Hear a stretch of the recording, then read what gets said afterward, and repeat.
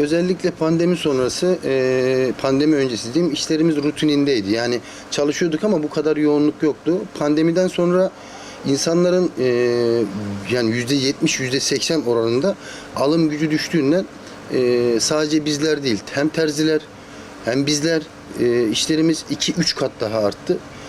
İnanın yetiştiremiyoruz. Yani takviye usta bile çağırıyoruz. Gerçi usta kalmadı artık. Alttan yetişen nesil olmadığı için herkes çocuğum okusun istiyor.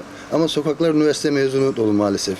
Ufak tefek işlerden şöyle hani alt değiştirmesinden ortalama ayakkabının altını değiştiriyoruz diyelim. Ortalama 400-500 lira. Spor tamirleri, ufak tefek yamalar 50 lira, 100 lira, 200 lira. O civarlarda. Yapacağımız işin yani emeğine göre değişiyor. Şimdi bugün en kötü bir ayakkabı almaya kalksanız 2000 liradan başlıyor. Bak kötüsünden bahsediyorum. Yani markalara girdiğiniz zaman iş zaten değişiyor. 3-5 bin, 7 bin, 10 bin, 15 bin değişiyor. En uygun ayağıma giyeceğim dediğiniz bir ayakkabı 2000 liradan başlıyor. En çok bu aralar özellikle spor tamiri yapıyoruz. Spor ayakkabı. Genellikle spor ayakkabı. Şimdi önümüz kış, botlar çıkmaya başladı.